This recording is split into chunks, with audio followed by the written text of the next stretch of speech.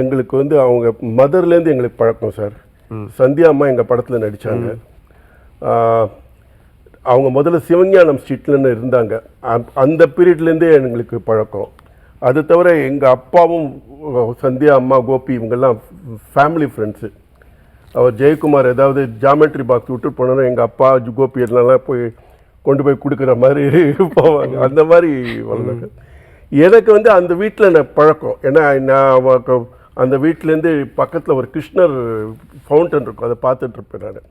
So அது சந்தியா அம்மா என்னோட கண்கள் என் பக்கத்தே எங்கேயாவது பேரப்பட்டு வரலேருந்து விழுந்துருவேனான்ங்கிறதுல அப்போ சின்ன பையன் ஒரு 5 வயசு பையன் விழுந்து அந்த மாதிரி இருக்கும். அப்போவே அம்மா அக்கா எங்களுக்கு பழக்கம். அதுக்கப்புறம் அவங்க பொம்மலாட்டம் படத்தில் நடித்தாங்க. பொம்மலாட்டம் படிக்கும்போது நடித்தாங்கங்கிறதுல அது டோட்டலாகவே ஏன்னா நாகேஷ், சோ, மனோரமா, ஜெய்சங்கர் இவங்க எல்லோரும் சேர்ந்து கலாட்டாவாக தான் இருந்தது. எங்களுக்கு அதிகமாக எடுத்த படம் ஷூட்டிங் நடந்த படம் பொம்மலாட்டம். அதில் ஒர்க் பண்ணாங்க. அப்புறம் சூரியகாந்தியில் ஒர்க் பண்ணாங்க, அன்பை தேடியில் ஒர்க் பண்ணாங்க. நாங்கள் கேட்டுன்றதுனால சினிமா பைத்தியத்தில் ஒரு கெஸ்ட் ரோல் பண்ணாங்க. ஸோ அவங்க ட்ராவல் இதுவாக இருந்தது. அவங்களுக்கு கிரிக்கெட் ரொம்ப பிடிக்கும்.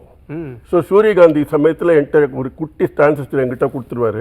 நான் ஸ்கோர் கேட்டு சொல்வேன். அது தவிர சாக்லேட்ஸ் ரொம்ப பிடிக்கும். ஃபேர்லேண்ட்ஸ்னு ஒரு கடை ஒன்று இருந்தது. அந்த கடையில் வந்து அவங்க சாக்லேட் அவங்க கொடுத்து வாங்கினாங்க. எனக்கு ஒரு 10 சாக்லேட் கொடுத்தாங்க. எக்லர்ஸ்ன்னு அப்போ தான் இன்ட்ரடியூஸ் ஆச்சு.